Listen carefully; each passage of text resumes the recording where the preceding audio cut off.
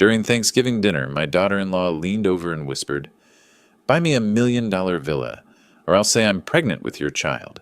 Your son will hate you forever." I calmly got up and did something. 5 minutes later, my son looked at her and said coldly, "We're getting divorced." You won't believe what happened next. Before we continue, please subscribe to the channel and write in the comments what time it is where you are now. The phone rang while I was loading the dishwasher. Thursday evening, nothing special, just another quiet night in my Phoenix house. I dried my hands on the towel and picked up. "Dad, you sitting down? Agnes is pregnant. 6 weeks along. You're going to be a grandfather." Joel's voice cracked with excitement, and I felt something warm spread through my chest. A grandfather? My Linda would have cried happy tears. "Joel, that's wonderful. Your mother would be so happy. When did you find out?" "Just yesterday. We wanted to tell you first before anyone else." We talked for 20 minutes. He sounded like the boy who'd brought me drawings from kindergarten, eager and proud. When I hung up, I stood in my kitchen looking at the photos on the refrigerator. Joel at 8, missing his front teeth. Joel at 18, heading to college. Now Joel at 36, about to be a father himself. I called him back within the hour. "Come to dinner Saturday. I'll cook. We'll celebrate properly." 2 days gave me time to prepare. I drove to the specialty grocery store Saturday morning, the one that stocks the good olive oil Joel loves. I picked up ingredients for roasted chicken with herbs, the jalapeno, cornbread he'd always requested as a kid, roasted vegetables, and a chocolate cake from the bakery Linda used to favor. I selected a California red wine, something appropriate for celebration. At home, I dusted the dining room table I rarely used anymore, set out the good plates, the ones with the blue rim. I arranged photos on the mantel, baby Joel in the bath, toddler Joel on his first tricycle. The house smelled like rosemary and garlic by the time 6 o'clock arrived. Their car pulled into my driveway exactly on time. Joel drove a sensible Honda, 3 years old, well-maintained. They climbed out together, Agnes in a flowing dress that didn't yet show anything, Joel in slacks and a button-down shirt. He hugged me hard at the door. "Thanks for this, Dad. It means everything." Agnes kissed my cheek, her perfume expensive and strong. "Neil, you didn't have to go to all this trouble." "Nonsense. My first grandchild deserves a proper celebration." We settled in the living room first. Glasses of wine for Joel and me, sparkling water for Agnes. She perched on the edge of the sofa, one hand resting on her flat stomach. The gesture looked practiced, almost theatrical. "How are you feeling?" I asked her. "Oh, you know, tired, emotional. Everything smells different now." Joel reached over and squeezed her hand. He looked tired too, shadows under his eyes I hadn't noticed before. Dinner started well enough. I brought out the chicken, golden and fragrant, surrounded by roasted carrots and potatoes. Joel praised it immediately, loading his plate. Agnes wrinkled her nose. "Neil, this chicken smells so strong. Could you open a window?" She pushed her plate slightly away, the chicken untouched. "Of course. I thought it was your favorite." I opened the kitchen window, letting in the November evening air. When I returned, Agnes had pulled jalapeno, cornbread, toward her and was cutting herself a large slice. "Oh, I'm craving spicy things constantly. That's pregnancy for you." She ate 3 pieces, each bite enthusiastic. Then she poured herself coffee from the carafe I'd prepared. "Decaf?" she asked. "Regular, actually. I can make decaf." "No, this is fine. My doctor says a little caffeine won't hurt." She drank 2 cups while we ate. I'm not a medical professional, but I'd read enough to know pregnant women typically avoided caffeine and spicy foods when they were nauseous, and they were supposed to be nauseous. "Have you had morning sickness?" I asked, keeping my tone casual. Agnes dabbed her mouth with her napkin. "Not really. I'm one of the lucky ones, I guess. Just some food aversions." She loaded more cornbread onto her plate. During dessert, Agnes pulled out her phone. She swiped through photos, then turned the screen toward me. "Look at these nursery ideas. Aren't they beautiful?" I saw pastel walls, expensive-looking cribs, elaborate mobiles. Price tags were visible in some screenshots. $200 for a crib, $800 for a glider chair. "Very nice," I said carefully. She swiped again, showing me photos of their apartment. 2 bedrooms, modest, but clean. She zoomed in on the second bedroom, currently set up as an office. "It's barely 900 square feet. Where will the nursery go? Where will you stay when you visit your grandchild?" Joel shifted in his chair. Agnes, we talked about this. We can make it work. Real grandfathers make sure their grandchildren have proper homes. The phrase landed awkwardly. I saw Joel touch her arm gently, a warning gesture she ignored. Well, babies don't need much space initially. You have time to figure things out. Agnes's smile tightened. Time? Children from good families grow up in houses, Neil, with yards. Don't you want the best for your grandchild? Of course I do. But I'm sure you two will make whatever space you have wonderful. We've been looking at places in Scottsdale. 3 bedrooms, proper yards, good school districts. She swiped through real estate listings now, showing me houses with price tags between $600,000 and $800,000. Joel stared at his cake, fork motionless. Those are beautiful homes, I said, but that's a significant investment. Family takes care of family, right? She said it lightly, but her eyes stayed fixed on mine. I'd seen that look before in my firefighting days, when someone was trying to convince me a situation wasn't as dangerous as I knew it was. Of course, family helps family, within reason. Agnes set her phone down with a deliberate click. Reasonable. Right. The conversation shifted to safer topics after that. Joel's work at the dealership, my retirement routines. But Agnes had become quieter, her hand moving to her stomach periodically in that rehearsed gesture. Joel kept glancing between us, anxious. When Agnes excused herself to use the bathroom, Joel leaned toward me. Sorry about the house talk, Dad. Hormones have her all over the place. She doesn't mean to be pushy. It's natural to worry about space. But Joel, are you two doing okay financially? He hesitated, twisting his wedding ring. We're managing. Don't worry about us. If you need help, reasonable help, you know I'm here. I know, Dad. Thanks. Agnes returned, and they gathered their things to leave. At the door, she hugged me, pressing close for a moment. Thank you for dinner. We're so lucky to have you. Family takes care of family, right? We're counting on you. Her voice was warm, but I felt the expectation underneath it, heavy and insistent. Of course. Let me know if you need anything reasonable. She pulled back, and that smile appeared again, tight at the edges. Reasonable. Right. I watched them walk to their car. Joel's shoulders were hunched, hands in his pockets. Agnes walked ahead of him, her posture straight, confident. They drove away, and I stood at my closed front door with my hand still on the doorknob. Their taillights disappeared down my street. My phone sat on the hall table, silent but somehow ominous. I didn't know then that soon would mean the very next morning. The next morning, my phone rang before I'd finished my first cup of coffee. I was standing at my kitchen counter, watching a cardinal at the feeder outside my window, when Agnes's name appeared on the screen. Neil, good morning. I hope I'm not calling too early. I need to ask you something about the baby. Of course, Agnes. What do you need? My doctor prescribed these special prenatal vitamins. They're $300 a month, and our insurance doesn't cover them. Joel's stressed about money, and I didn't want to worry him. Could you... I set my coffee down, watching the cardinal fly away. $300 for vitamins? For your grandchild's health, Neil. The regular ones aren't good enough. Something in her voice, that same insistent certainty from dinner, made me pause. But what kind of grandfather refuses vitamins for his grandchild? All right, I'll send it to you. Oh, thank you. I'll text you my payment app information. The text arrived within seconds. I transferred $300 while standing in my kitchen, staring at the confirmation screen longer than necessary. 2 days later, she called again. Tuesday afternoon while I was reading the newspaper. Neil, I hate to bother you again, but my doctor recommended these prenatal massages. They're supposed to help with circulation and stress. $450 for a package of 3 sessions. I sent the money. Thursday morning. These maternity clothes are so expensive, but I need professional things for work. Just $800. Joel doesn't need to know. I sent the money. Friday evening. Special pregnancy pillow. My back is killing me. $220. I sent the money.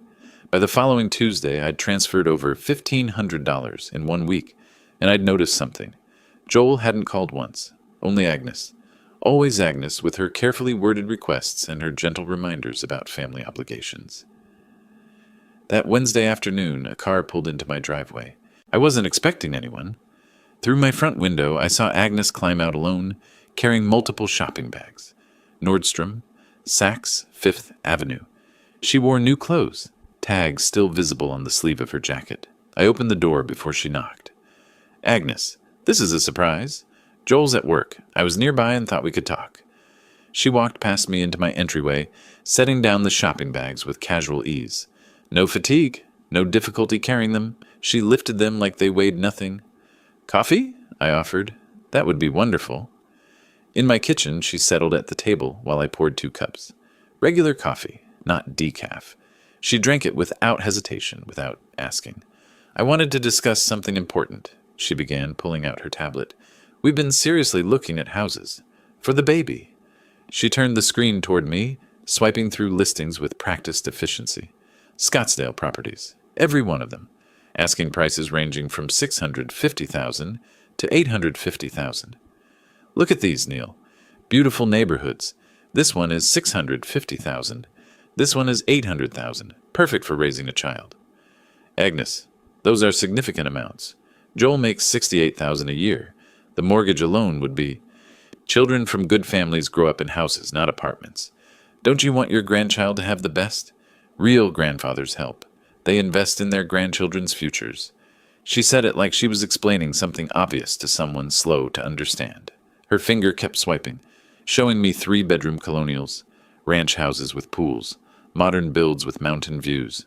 I think we should slow down and discuss this with Joel.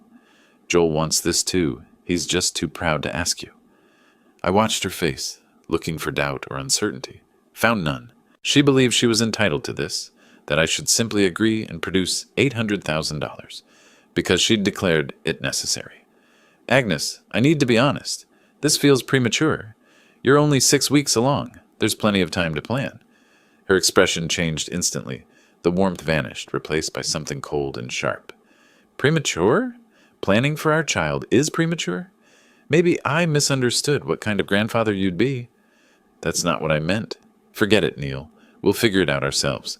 Clearly, family doesn't mean what I thought it did. She stood abruptly, snatching her tablet from the table. She grabbed her shopping bags, lifting them easily, no struggle despite their obvious weight, and headed for the door. Agnes, wait! No, you've made your position clear. We won't bother you anymore. She walked out, leaving my front door open behind her. I heard her car start, watched her reverse out of my driveway too fast. 20 minutes of silence followed. I sat in my living room, trying to process what had just happened. Then another car arrived, Joel's Honda.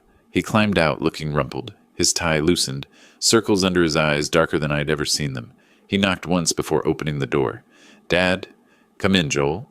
He sat heavily in my armchair, put his head in his hands. I waited.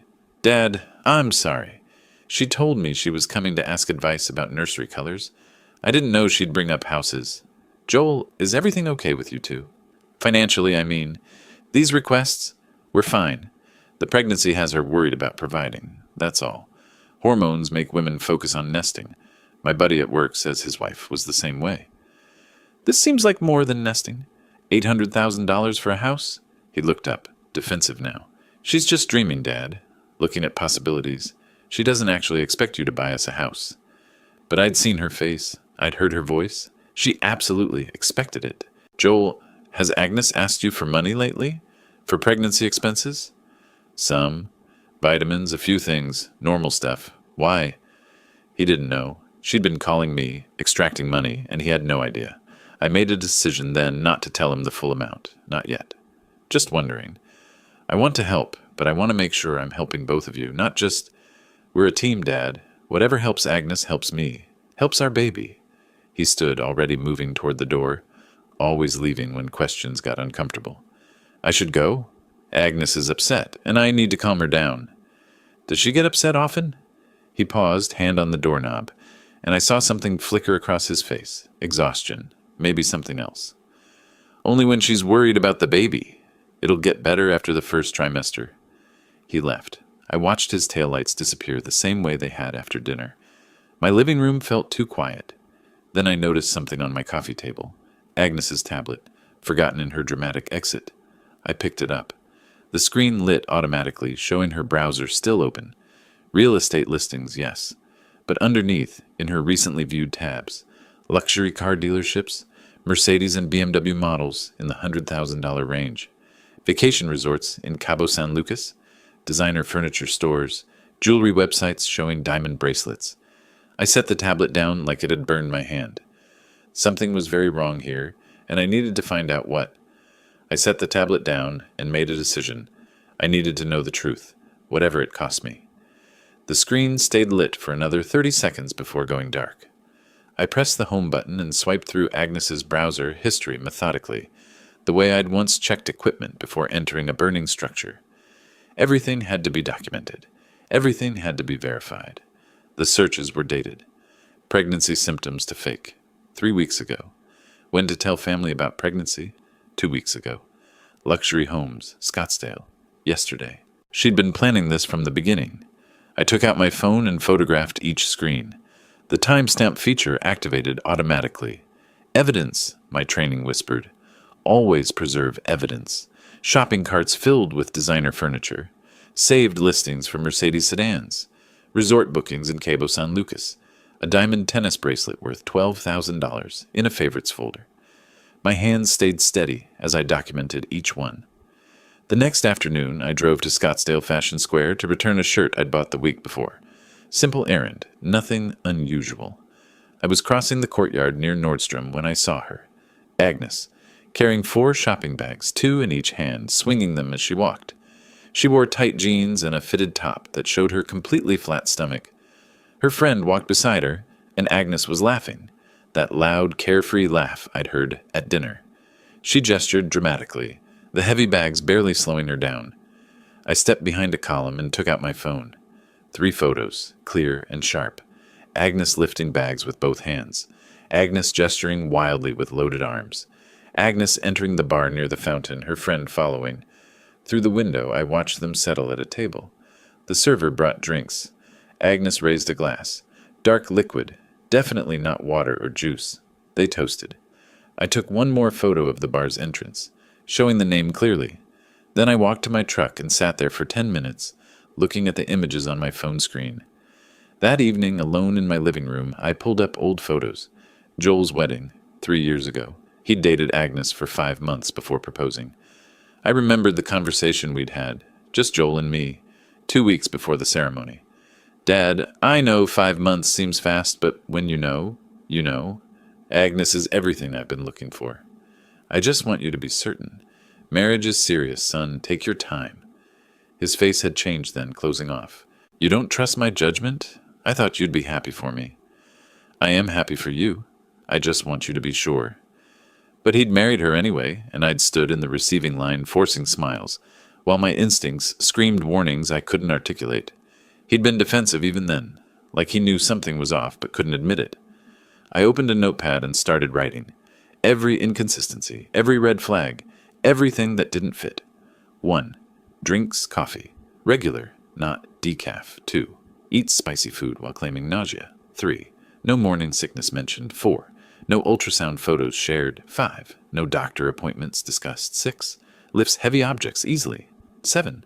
Wears tight, non-maternity clothes. 8. Immediate focus on money, never on baby. 9. Shops for luxury items while claiming financial stress. 10. Drinks, alcohol in public. 11. No hand-to-stomach protective gestures. 12. High-intensity exercise. 13. No pregnancy glow or physical changes. 14. Never invited Neil to appointments. 15. Only discusses costs. Never nursery themes or baby names. The list reached 15 items before I stopped. The pattern was undeniable. The next morning, I drove downtown to meet Thomas Ryder.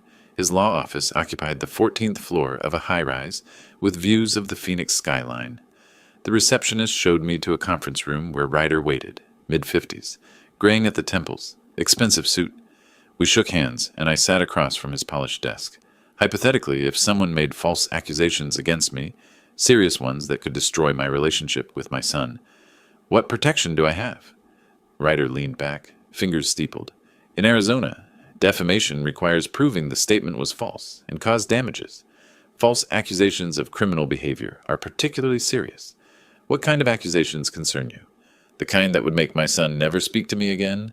The kind that would be my word against theirs? Document everything. Arizona is a one-party consent state for recordings. If you're part of a conversation, you can legally record it. Keep records of all financial transactions. If accusations do come, you'll need evidence. I nodded, absorbing this. What about medical records? Can someone claim pregnancy without medical proof? Legally, pregnancy status can be verified through medical records, but those are private. However, insurance claims, pharmacy records, and doctor appointments create paper trails. Their absence can be significant. We talked for 50 minutes. I paid him $350 by check and left with a business card and clear instructions. Document, record, preserve evidence. That evening, my phone rang. Joel. Hey, Dad. Agnes mentioned she left her tablet at your place. Have you seen it? I have it. I'll drop it off tomorrow.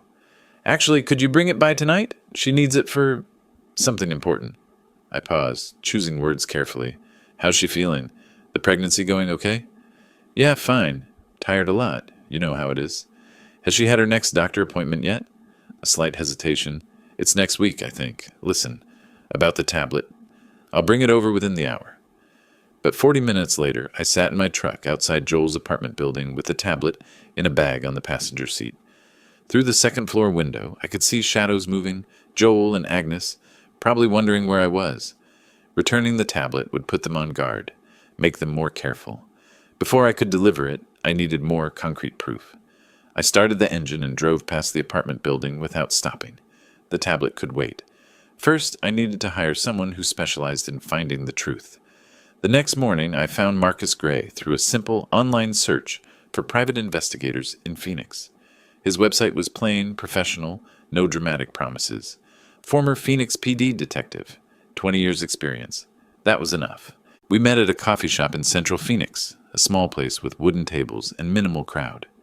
Marcus was 52, according to his site, fit, with observant eyes that cataloged everything. I'd brought a folder, the mall photos, tablet screenshots, my handwritten timeline. I slid it across the table. Let me be direct, Mr. Murphy. You want me to prove your daughter-in-law isn't pregnant? That's unusual, but not impossible.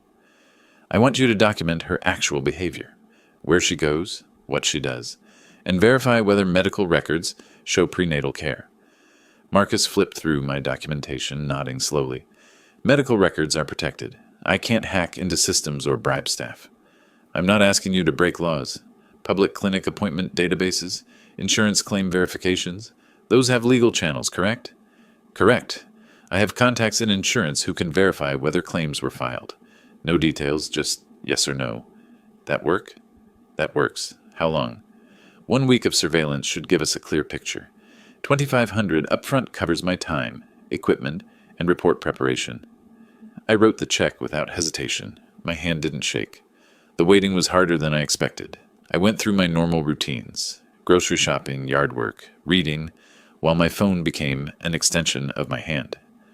Marcus sent updates as text messages with attachments. Day 1, subject at Lifetime Fitness, Scottsdale location, heavy leg press, 180 lobbies, running 6 miles on treadmill, no physical restrictions evident, photos attached. I opened the images. Agnes in workout gear, her stomach flat and toned in fitted athletic wear. She was using a leg press machine with 8 45-pound plates visible. The treadmill display showed her speed and incline. A pregnant woman couldn't do that. Day 2. Subject observed at 3 locations. Lunch at True Food Kitchen. Shopping at Kierland Commons. Evening at Postino Wine Cafe. Video attached. The video showed Agnes and another woman at Postino's patio. The server brought drinks. Agnes raised a wine glass, clearly red wine, and took a long drink. Day 3. Subject at Pure Bar, Scottsdale. 60-minute class. Full participation, including core work. Video documentation complete. I saved each file to a password-protected folder on my computer, labeled Evidence. Day 4. Subject shopping, Scottsdale Fashion Square. Purchased items from 3 stores. Carried multiple heavy bags unassisted. Wore fitted clothing, no maternity wear. Day 5. Medical verification complete. No OB/GYN visits in system. No pregnancy-related insurance claims filed. Documentation attached. That afternoon, I finally drove to Joel's apartment to return Agnes's tablet. I'd made excuses all week, busy schedule, feeling under the weather, but I couldn't delay any longer without raising suspicion. I parked in the lot below their building. Their balcony door was open, the screen letting evening air into their apartment. Then I heard Agnes's voice, clear and carrying in the quiet. She was on the phone, standing at the balcony railing. I took out my phone, opened the voice recorder app, writer's advice echoing in my mind, and pressed record. I'm telling you, Sarah, the old man is totally buying it. He's already given us over $1,500 for random stuff. I sat frozen, phone recording. Joel, he doesn't know the half of it. He thinks I'm just being enthusiastic about the baby. He has no idea I'm working his dad for the down payment. Her laugh was light, amused. Another week, maybe 2. I'll push harder at Thanksgiving. Family guilt works wonders. By Christmas, we'll have the house commitment. More laughter. Please, like I'd actually have a baby right now. This body took too much work to ruin with pregnancy, but Neil doesn't need to know that until after we get what we need. I stopped the recording. 3 minutes, 12 seconds. Every word documented. I set the tablet on their doorstep, knocked once, and walked away before anyone answered. That evening, Marcus delivered everything to my house. 43 photographs, 12 video clips, medical verification from 3 sources, insurance confirmation, timeline documentation.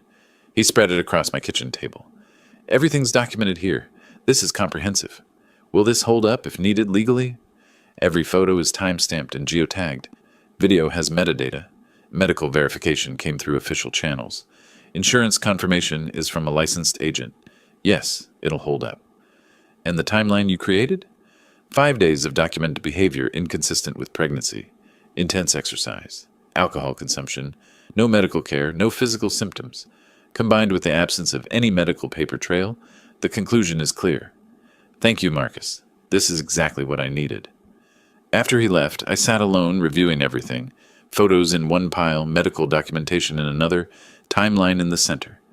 I added my recording of Agnes's phone conversation. The audio file played on my computer, her voice clear and unmistakable, like I'd actually have a baby right now. 35 years as a firefighter taught me one critical lesson. Emotion gets people killed. You assess the situation, you make a plan, you execute with precision. This was no different. Agnes had made a miscalculation. She thought I was a soft target, an old man too desperate for a grandchild to question anything. She was wrong. I placed everything in my safe, spinning the combination lock until it clicked. Thanksgiving was in 10 days. Agnes had mentioned twice that she expected me to host. Family tradition, she'd called it. I'd agreed. Perfect. I picked up my phone and texted Agnes, "Looking forward to Thanksgiving dinner. I have something special planned." Her response came within seconds. A smiley face emoji and "can't wait." She had no idea how special it would be. The 10 days before Thanksgiving passed in careful preparation. I cooked, I cleaned, and I rehearsed. The digital recorder sat on my kitchen counter, small and unassuming. I tested it 3 times to ensure the battery would last through an entire evening. Everything had to be perfect. I prepared a traditional meal, turkey with herb butter, cornbread stuffing, roasted Brussels sprouts, cranberry sauce from scratch, pumpkin pie with whipped cream. I set the dining table with Linda's good china, the pieces with the delicate blue flowers she'd loved. The evidence folder waited in my study, organized chronologically. Thanksgiving arrived clear and warm. Typical Phoenix November weather. Joel and Agnes pulled into my driveway at 5 o'clock exactly. I watched from the window as Joel helped Agnes from the car, his hand solicitous at her elbow. She wore a flowing dress that could suggest pregnancy to someone who wanted to see it. I patted my shirt pocket once, feeling the recorder's weight, then opened the door. "Happy Thanksgiving," Joel hugged me, and Agnes kissed my cheek. She carried a bottle of sparkling cider and a store-bought pie. "Something smells amazing," Joel said. We settled into the familiar rhythm of family dinner. I carved the turkey while Joel poured drinks. Wine for us, cider for Agnes. She sat carefully, one hand resting on her stomach in that practiced gesture I now recognized as performance. "Neil, this turkey is perfect. You'll have to teach me your recipe for when we're cooking family dinners in our new place." Family recipes are meant to be shared, though they take practice. Dad's been cooking this meal for 30 years, right, Dad? 35. Your mother and I started hosting Thanksgiving the year we got married. Agnes smiled, touching her stomach again. "I hope our baby loves family traditions as much as Joel does." The conversation flowed easily. Joel talked about work, a big sale he'd closed, a difficult customer who finally came around. Agnes described nursery color schemes she'd been considering. Soft yellows, she thought. Gender neutral until they knew for sure. I passed dishes and nodded and maintained the FA aid while the recorder in my pocket captured every word. After dinner, while I was clearing plates, Joel's phone buzzed. He glanced at the screen and grimaced. Work. Emergency customer issue. Give me 10 minutes. He stepped out onto the patio, sliding the glass door partially closed behind him. Through the window, I watched him pace, phone pressed to his ear. Agnes helped me carry dishes to the kitchen, or pretended to help. She set down her load immediately and checked over her shoulder. Joel was still outside, gesturing as he talked. She turned to me, the warmth drained from her face like water from a tub. What remained was cold and sharp. Listen carefully, Neil. Her voice dropped to a whisper, but clear, direct. The recorder would catch every syllable. You're going to buy me a villa in Scottsdale. $1 million. You'll take a loan against this house. The paperwork will be ready by next week. I continued wiping a dish, my movements steady. And if I refuse, then I'll tell Joel and everyone else that you've been forcing yourself on me for months, that you cornered me, touched me, made disgusting suggestions. I'll say the baby might be yours. Your son will hate you forever. Your reputation will be destroyed. You'll die alone and despised. She stepped closer, her eyes locked on mine. It's your word against mine. Who do you think Joel will believe? His father or his pregnant wife? Choose carefully, old man. I set down the dish, reached into my pocket slowly. My hand closed around the recorder. Agnes, did you know Arizona is a one-party consent state for recordings? What? I held up the device, its red light visible. It means if I'm part of a conversation, I can legally record it. I'm that one party. And this has been recording since before you arrived tonight. Her face paled, actually drained of color, like blood retreating. You're bluffing. Let me play it back for you. I pressed rewind, then play. Her voice emerged clear and damning. You're going to buy me a villa in Scottsdale. $1 million. I stopped it. Would you like to hear the rest? The part where you threatened to falsely accuse me of assault? She backed away, shaking her head. You can't. That's not... Joel won't believe. Let's ask him. But first, let me show you something else.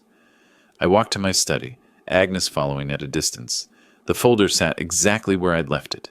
I carried it back to the kitchen and spread its contents across the counter. These are from Lifetime Fitness, dated across 5 days last week. Notice the weights? 180 pounds on the leg press, 6 miles per hour on the treadmill. Agnes stood frozen, silent. This is from Pastino Wine Cafe. That's you drinking alcohol. This video is time-stamped. I laid out another document. This is medical verification from 3 Phoenix clinics. No OB/GYN appointments. None. This is insurance confirmation. 0 pregnancy-related claims filed. Photo after photo. Document after document. Each one another nail in the coffin of her deception. There is no baby. There never was. Just a scheme to extort money from a man who wanted to be a grandfather. The patio door slid open. Joel stepped inside, tucking his phone away. Sorry about that. Customer thought his car was... He stopped. The tension in the kitchen was palpable. Agnes stood white-faced near the counter. I stood on the other side with evidence spread between us. What's going on?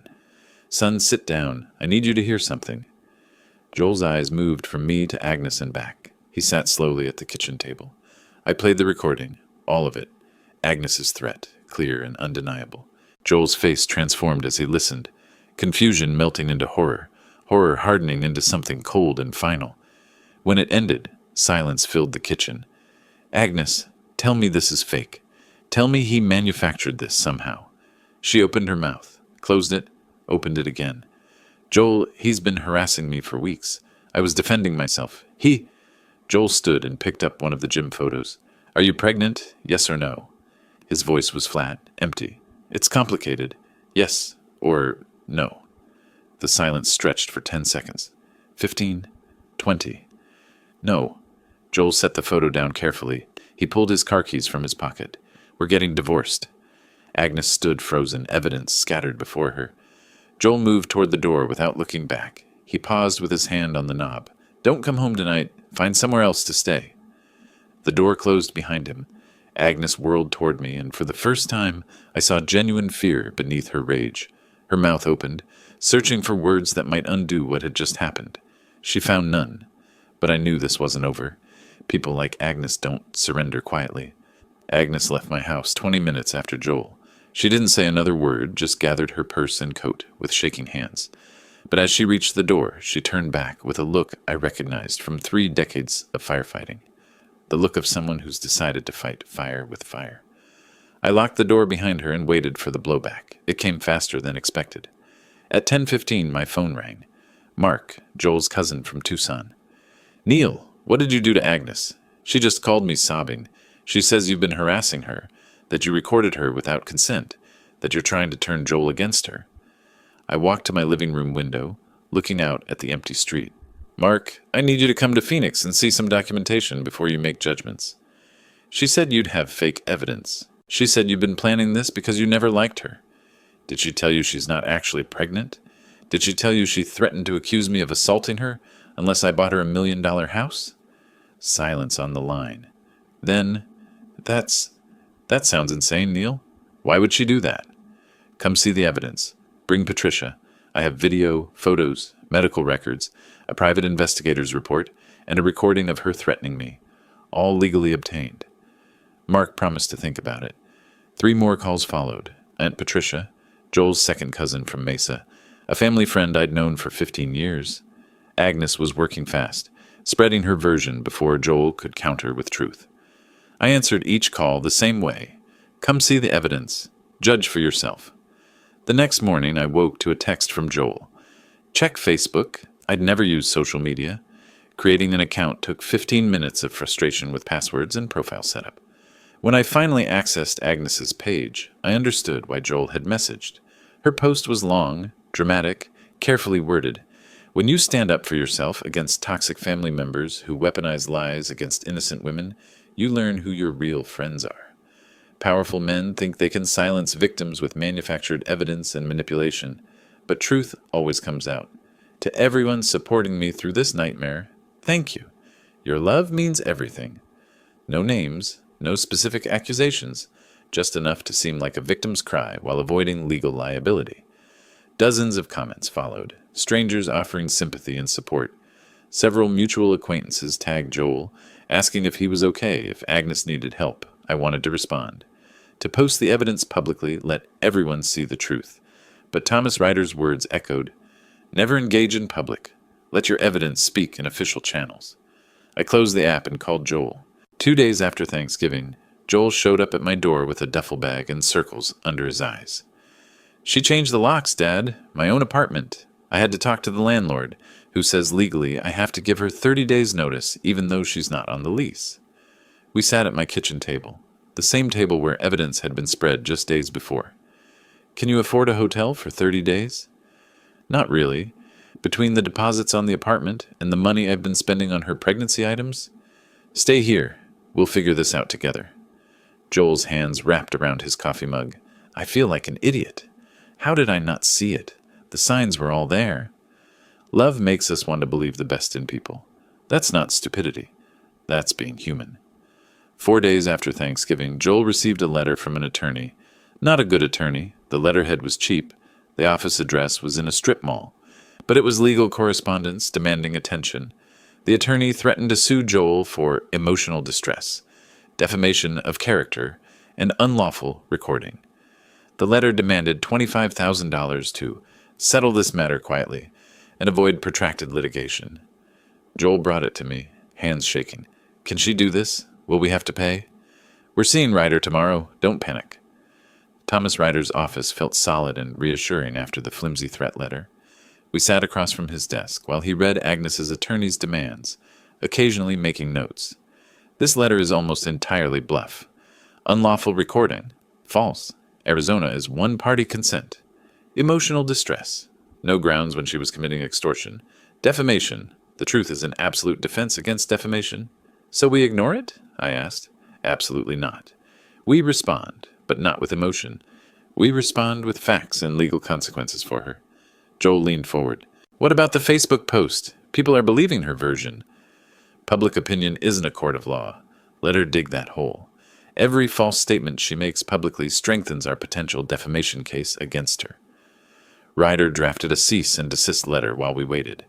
It cited Arizona Revised Statute 13-3005 regarding one-party consent recording. It itemized each false statement Agnes had made. It demanded she cease all defamatory communications immediately. What if she ignores it? I asked. Then we have documented proof we warned her, which strengthens any future lawsuit. But most people, when faced with specific statutes and threat of legal action, back down, especially when they know they're lying. What about the divorce? How long will that take? Arizona requires 60 days minimum between filing and finalization. Given there are no children, minimal shared assets, and documented fraud, it should be straightforward. I can file the papers next week. Ryder's paralegal prepared the certified mail envelope. I watched it being sealed, labeled, processed. This was now officially a legal battle, not just a family dispute. That evening, Joel and I sat in my living room. He'd been staying with me for 3 days, sleeping in his old childhood bedroom. I thought I knew her. 3 years of marriage. How was all of that fake? Maybe it wasn't all fake. Maybe she convinced herself she loved you or could grow to love you. But somewhere, the money became more important than the person. The relatives who called, they think I'm abandoning a pregnant woman. They think you're some manipulative villain who turned me against my wife. Then we show them the truth, systematically. One family member at a time if necessary. Truth has weight. Lies eventually collapse under their own inconsistencies. Joel looked at me, exhausted but steadier than he'd been days before. When did you become so calm about all this? I'm not calm. I'm controlled. There's a difference. I learned it putting out fires. Panic spreads faster than flames. Control saves lives. The certified mail receipt arrived 3 days later, green card signed and dated. Signed for by Agnes Murphy. I held it in my kitchen, knowing Agnes had now read Ryder's letter, with its specific legal statutes and consequences. She knew the recording was legal. She knew the evidence was real. She knew continuing to spread lies would result in her being sued. My phone rang. Mark, Joel's cousin. Neil, I got your message about coming to see the evidence. Patricia and I can drive up tomorrow. We need to see this for ourselves. The tide was beginning to turn. Mark and Patricia arrived at my house the next afternoon. I'd prepared the dining room like a courtroom, evidence folders organized chronologically, the digital recorder charged and ready, Marcus Gray's full report bound and tabbed. Joel sat beside me as I walked them through everything piece by piece. I started with the surveillance photos. Mark picked up the gym images as studying Agnes on the leg press, weight plates clearly visible. 180 pounds, I said. 6 miles per hour on the treadmill. 4 days after claiming to be pregnant. Patricia read the medical verification letter, her hand covering her mouth. No OB/GYN appointments anywhere in the Phoenix area. No insurance claims filed for prenatal care. Then I played the recording. Agnes's voice filled my dining room, clear and damning. You're going to buy me a villa in Scottsdale. $1 million. When it finished, silence hung heavy. Neil, I'm so sorry. Patricia's voice cracked. When Agnes called crying, I assumed she was the victim. She's very convincing. She convinced Joel for 3 years. Mark shook his head slowly, still holding the photos. This recording, she actually threatened to accuse you of assaulting her? Her own father-in-law? For $1 million house. People do terrible things for money. Patricia reached for her phone. I need to call the others. Linda, Stephen, your Uncle Robert. They all heard Agnes's version. They need to know the truth. Will they believe it? Joel asked quietly. Even with evidence? They'll believe it, Mark said. This isn't he said, she said. This is documented fact versus demonstrated lies. Within 2 days, the family narrative shifted decisively. Patricia called 6 relatives. Mark called 4 more. Each conversation started with, "You need to see what Neil has," and ended with apologies to me and Joel. 3 days after that meeting, Thomas Ryder filed Joel's divorce petition at Maricopa County Superior Court. We sat in his office while his paralegal assembled the documents. Arizona is community property, which typically means 50-50 division of marital assets. However, fraud invalidates that presumption. Agnes acquired nothing honestly during this marriage. Every request was based on a fabricated pregnancy. So she gets nothing? Joel asked. That's what we're arguing. The apartment is in your name only, leased before marriage. The car is yours. The furniture is yours. She has her personal items and that's it. What about the money Dad gave her? The $1,500. That was given under false pretenses. Fraud. We could pursue restitution, but honestly, getting it back is unlikely and would cost more in legal fees than it's worth. I don't need the money back, I said. I need her out of Joel's life. Ryder charged $4,500 to handle the full proceedings.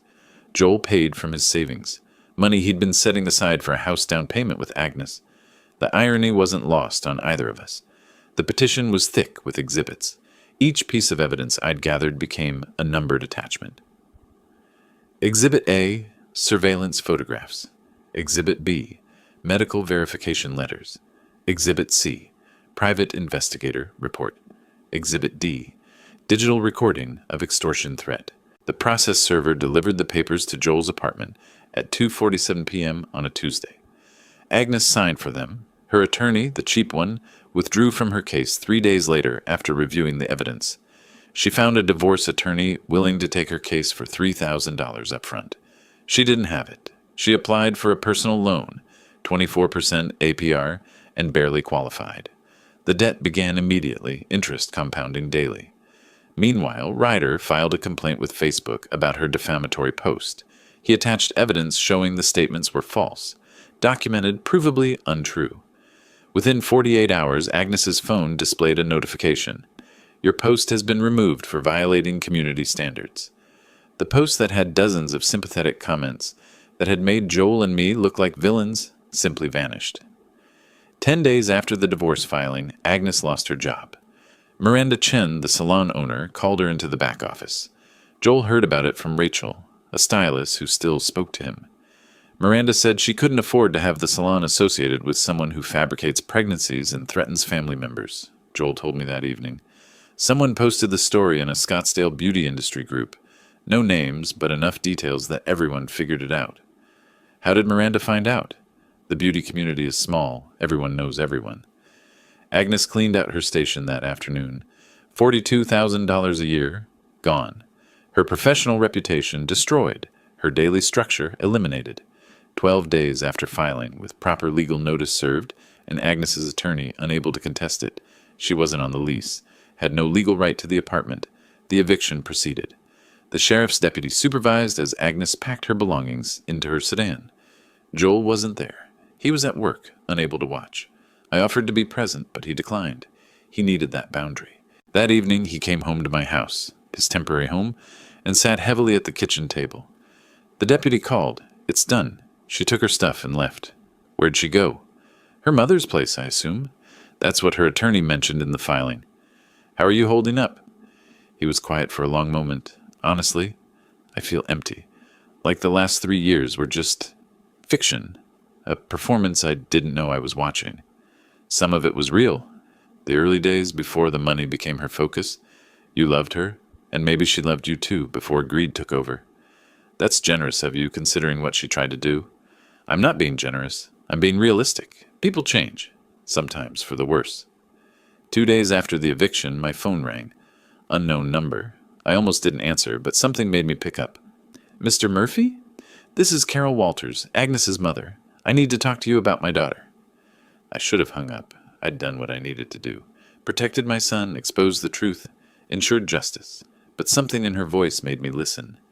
Carol Walters spoke in a measured tone that reminded me of crisis negotiations from my firefighting days, someone trying desperately to hold things together. Mr. Murphy, I'm not calling to make excuses for Agnes. I saw what she did. I need you to understand she's not doing well. At all. I sat down at my kitchen table and listened. She moved into her old bedroom here in Levine. She barely leaves it, doesn't eat properly, cries frequently. Mrs. Walters, I appreciate you calling, but this isn't something I can help with. I know. I'm not asking you to.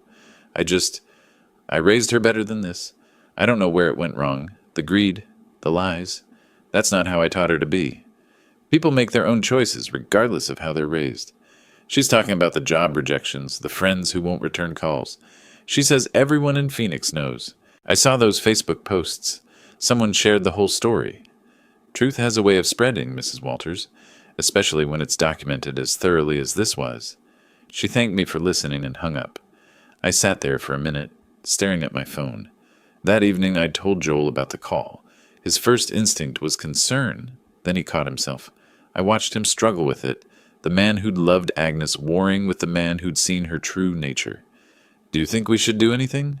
Reach out somehow. What would that accomplish? I don't know. She was my wife for 3 years. Part of me still... I don't know what I feel. You feel conflicted.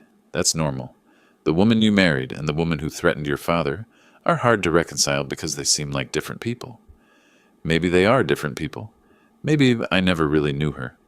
Or maybe both versions were real at different times. People are complicated. But Joel, and hear me on this, her current situation is the direct result of her own actions. You didn't do this to her. She did it to herself. That same week, Agnes deleted all her social media accounts.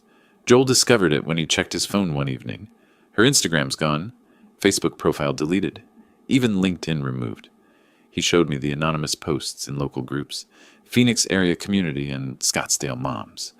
Someone, likely a distant relative Agnes had alienated, shared the full story. No names, but enough details that her friends recognized it immediately.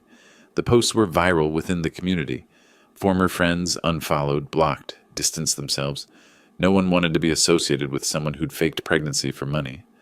Over the following 2 weeks, Agnes applied to 23 positions, administrative roles, retail, restaurants. Every employer Googled her name during the hiring process. Rachel texted me, Joel said one evening. Said Agnes applied at 3 other salons and got rejected from all of them. The owners all heard about what happened. The beauty industry in Scottsdale is tight-knit. Rachel said one owner told Agnes straight out, I Googled you. I can't have someone with your reputation representing my business. That's harsh, but understandable from a business perspective. Is it wrong that I don't feel bad about it? No. She tried to destroy your relationship with me, tried to extort $1 million, and was willing to falsely accuse me of assault. Feeling neutral about her job, troubles doesn't make you a bad person. It makes you human. Meanwhile, Joel and I fell into a routine.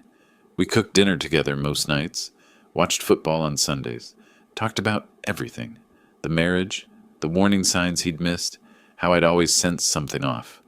One evening, preparing my chili recipe, the one Joel's mother used to make, he brought it up again. I should have listened to you 3 years ago, when you said we were rushing into marriage. Joel, we're not doing this again. You've apologized enough. But you were right. 5 months wasn't enough time to really know someone. Maybe, or maybe she changed after marriage. People sometimes do. Listen, you made a mistake. We all make mistakes. The difference is you corrected course when you saw the truth. That takes strength. It doesn't feel like strength. It feels like failure. Then let me tell you what I see. A man who loved deeply, trusted completely, and when betrayed, had the courage to walk away.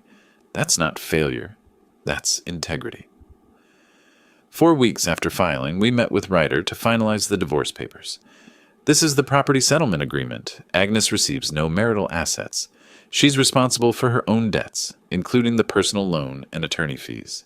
You keep the apartment, your car, your savings. Any questions? She actually agreed to this? Joel asked. Her attorney advised her she had no choice. Fighting would only cost her more money she doesn't have and delay the inevitable. She signed yesterday. So it's really over. 60-day waiting period ends January 15th. After that, legally, yes, it's over. The judge will issue the final decree and you'll be officially divorced. And she can't come back later claiming we coerced her or something. Not with the evidence we have. This settlement is ironclad. She committed fraud. We documented it. She faced the consequences. Joel signed each page slowly. The pen scratched across signature lines. Every page represented the end of his marriage, property division, debt responsibility, permanent separation. By mid-December, Joel was healing. Not healed, but healing. He smiled more, slept better, stopped apologizing for trusting his wife. 3 days before Christmas, he announced he'd found a new apartment. 1 bedroom in Tempe, closer to work, a fresh start. I helped him move on a Saturday morning. We carried boxes up the stairs, set up his furniture, hung pictures on bare walls. The apartment was small but bright, with a view of Tempe Town Lake from the balcony. As we set down the last box, Joel's phone buzzed. He looked at the screen and his face paled. What is it? It's from Agnes's attorney. She wants to meet with me, in person. She says she has something important to tell me. Joel stared at his phone for a long moment, then handed it to me. The text from Agnes's attorney was brief. Client requests in-person meeting with Joel Murphy. She has a settlement proposal. Can meet at neutral location tomorrow.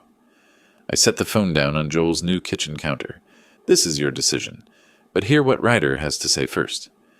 We met at Ryder's office the next morning. He slid a document across his desk, Agnes's formal settlement proposal. She wants $15,000. In exchange, she'll sign the divorce decree without contest and cease all defamatory statements. Joel picked up the paper, reading it twice. $15,000. That's less than I expected her to ask for. It's still extortion, just smaller. Ryder leaned back in his chair. Legally, it's a settlement offer, but Neil's right about the principle. She committed fraud, threatened you both, and lost. Now she wants payment to go away quietly. That's rewarding criminal behavior. But if it ends everything cleanly, Joel, she'll always come back for more, I said. Today it's $15,000. Next year she'll have a new crisis, a new excuse. You can't negotiate with someone who's proven they'll manipulate and lie. My professional advice? Reject the offer. We have overwhelming evidence. The court will rule in your favor regardless. Joel looked at me, then at Ryder, then back at the paper. Send the rejection. 2 weeks later, we sat in Maricopa County Superior Court for the final divorce hearing. The courtroom was formal, judge in robes, court reporter typing steadily, evidence folders stacked on the bench. Agnes sat across the aisle with her attorney. She looked diminished in thrift store clothes, no makeup, hair pulled back in a simple ponytail. Nothing like the woman who'd sat at my Thanksgiving table demanding $1 million house. The judge reviewed the evidence methodically. Ms. Murphy, I've reviewed the evidence submitted by petitioner's counsel. A voice recording dated November 28th, surveillance documentation from a licensed private investigator, medical verification from 3 healthcare facilities, and insurance records. Do you contest any of this evidence? Agnes's voice was barely audible. No, Your Honor. Do you wish to present any evidence or testimony in your own defense? Her attorney stood briefly. No, Your Honor. We have no evidence to present. The judge made notes, then looked up. Very well. Based on the uncontested evidence before me, I find that respondent engaged in deliberate fraud and attempted extortion. Divorce is granted. No spousal support. No property division in respondent's favor. Court costs totaling $7,200 are assessed against the respondent. The gavel came down. Done. Outside, Joel and I walked to my truck while Agnes remained behind with her attorney. Through the parking lot, we saw them having a tense conversation near the courthouse steps. Her attorney handed her a bill, said something firm, and walked away. Agnes sat down on the steps, head in her hands. Joel stopped walking. She looked so broken in there. Did you see her clothes? Nothing like what she used to wear. I saw. Part of me wants to help her. Give her something to get back on her feet. And the other part? The other part remembers her threatening to accuse you of assault, unless you bought her $1 million house. The other part remembers she was never pregnant. The other part knows she would have destroyed our relationship without a second thought. Listen to that part. Compassion is admirable, but protecting yourself from someone who's proven dangerous isn't cruelty. It's wisdom. We drove away. 3 days later, I was in my garage organizing tools when I heard a car pull into my driveway. Not Joel's truck, something older, unfamiliar. I walked out to find Agnes standing beside a borrowed sedan. She looked exhausted, worn down in a way that went beyond clothes or makeup. She was crying before she spoke. I know you have no reason to listen, but I need to say this. I was never pregnant. I lied. I wanted money, a house, a life I saw other people living online. I was jealous, greedy, and stupid. I crossed my arms, listening. I destroyed everything, my job, my friends, my marriage. Joel was good to me, and I threw it away. You wanted to be a grandfather, and I exploited that. I'm so sorry. Is that all? I want to apologize to Joel. Properly. Face to face. Please, I'm asking for just that. A chance to say goodbye with some dignity. That's not my decision to make. If Joel wants to see you, he'll reach out. I won't arrange it. Please, I'm begging you. Agnes, stop. I've heard your apology. I appreciate that you've acknowledged what you did. But an apology doesn't undo the damage or rebuild trust. She wiped her eyes, mascara free, and read. You need professional help. A therapist, a counselor, someone who can help you understand why you made these choices. This level of manipulation doesn't come from nowhere. I can't afford therapy. I can barely afford rent. Then find a community health center. They work on sliding scales.